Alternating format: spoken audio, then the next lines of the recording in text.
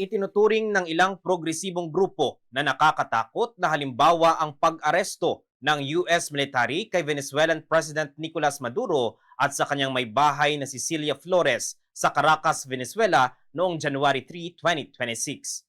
Sa panayam ng Bombo Radio, sinabi ni former Kabataan Party List Representative Raul Manuel na ito ang dahilan kung kaya't nagsagawa ng kilos protesta ang iba't ibang grupo sa harap ng US Embassy sa Maynila noong January 5 upang kondenahin ang pag-atake ng Estados Unidos sa Venezuela. Aniya, nakikisimpatya sila sa mga mamamayan ng Venezuela dahil sa maling hakbang ng Estados Unidos na may turing umanong abduction sa kanilang leader kasunod ng mga akusasyon sa pagpasok ng ilegal na droga sa US.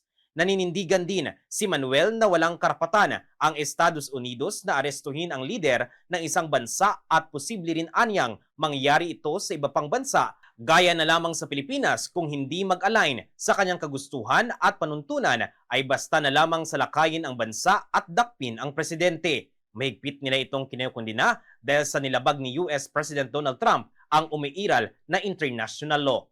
Dahil nakikita ng mga tao, Venezuelan man o hindi, na mali yung ginawa ng US. Kaya nagprotesta yung mga tao kasi tingin natin dapat walang ibang bansa na pwedeng magdikta ng kung anong gusto niya dun sa iba pang mga bansa. Kasi bakit pa merong iba't ibang bansa kung hindi natin respetuhin ang internal affairs ng isa't isa? Pwede pala na merong isang bansa dahil malakas siya, pupuntahan niya, papasukin niya yung ibang bansa, tapos i-abduct niya yung presidente, di ba? Nakakatakot na example ito.